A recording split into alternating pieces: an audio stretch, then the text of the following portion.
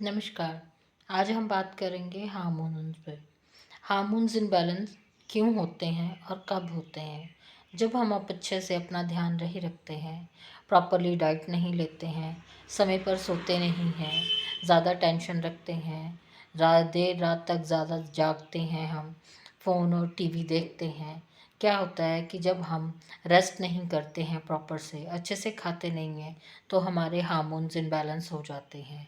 या फिर हम बाहर का ज़्यादा खाते हैं और हम घर का कुछ भी नहीं खा रहे हैं ढंग से, तो उससे भी हमारे हार्मोन्स इम्बैलेंस हो जाते हैं। आजकल आपने देखा है कि बहुत ज़्यादा प्रॉब्लम हो रही है पीसीओडी की, अनवांटेड हेयर ग्रोथ की, जो फेस के ऊपर होते हैं, उसकी बहुत ज़्यादा प्रॉब्लम है।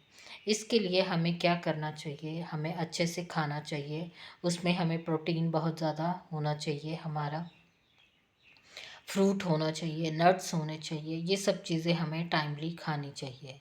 हमें अपना ध्यान खुद ही रखना है, क्योंकि मेडिसिन में किसी भी तरह की कोई दवाई नहीं आती है जिसके खाने से हमारे जो बालों की ग्रोथ है वो कम हो जाए, ज़्यादातर मुंह के ऊपर।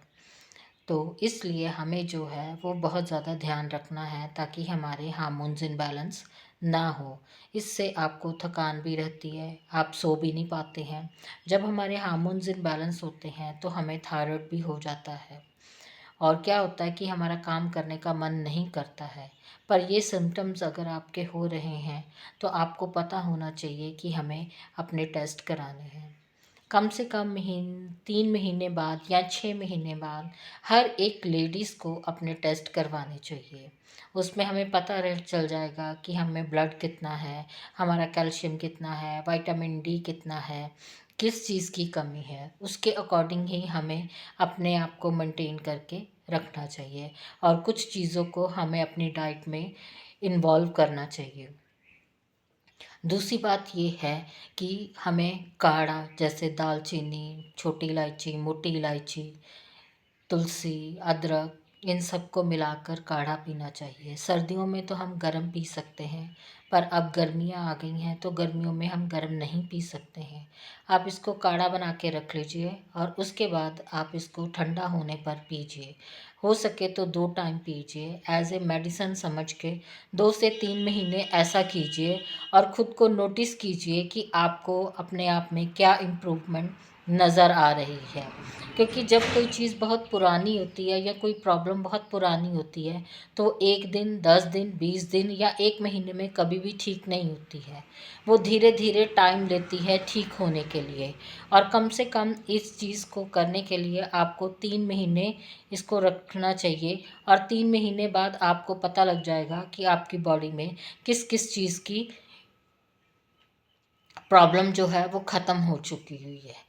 अगर आप इसको ऐसा करते हैं एज ए मेडिसिन समझ के, क्योंकि जब हमें कोई डॉक्टर दवाई देता है तब भी तो हम खाते हैं ना। तो ये सोच लीजिए कि मुझे दवाई नहीं खानी है, मुझे ऐसे ठीक होना है, तो आप इस चीज़ को कर सकते हैं। और भी बहुत सी चीज़ें हैं कि जैसे आप बोलते हैं, कई लोग बोलते हैं हमने मेडिसिन खवाई है, हमने ऐसा किया है, तो ऐसा कुछ भी नहीं है। जब आप अपनी ध्यान रखेंगे अच्छे से और अपनी डाइट में बहुत सी चीज़ों को इस्तेमाल करेंगे, तो आपका जो है वो चीज़ बहुत अच्छे से ठीक हो जाएगी। दूसरी बात ये है कि बहुत से फ्रूट्स, सब्जियां जो हम खाते हैं, कई बारी हमारी कुछ चीज़ें उनसे भी नहीं पूरी हो पाती हैं। तो इसके लिए ये है कि आपको अपना सप्लीमेंट, ये दवाइयाँ नहीं होती हैं, ये सप्लीमेंट्स होते हैं, जो पोषक तत्व हमारी बॉडी को ज़रूरी होते हैं, वो हमें लेने चाहिए। पर उसके लिए अगर आप अपने टेस्ट करवाते हैं, उसके बाद जिस चीज़ की कमी है, उसी के अनुसार आपको वो पोषक तत्व लेने चाहिए। Thank you.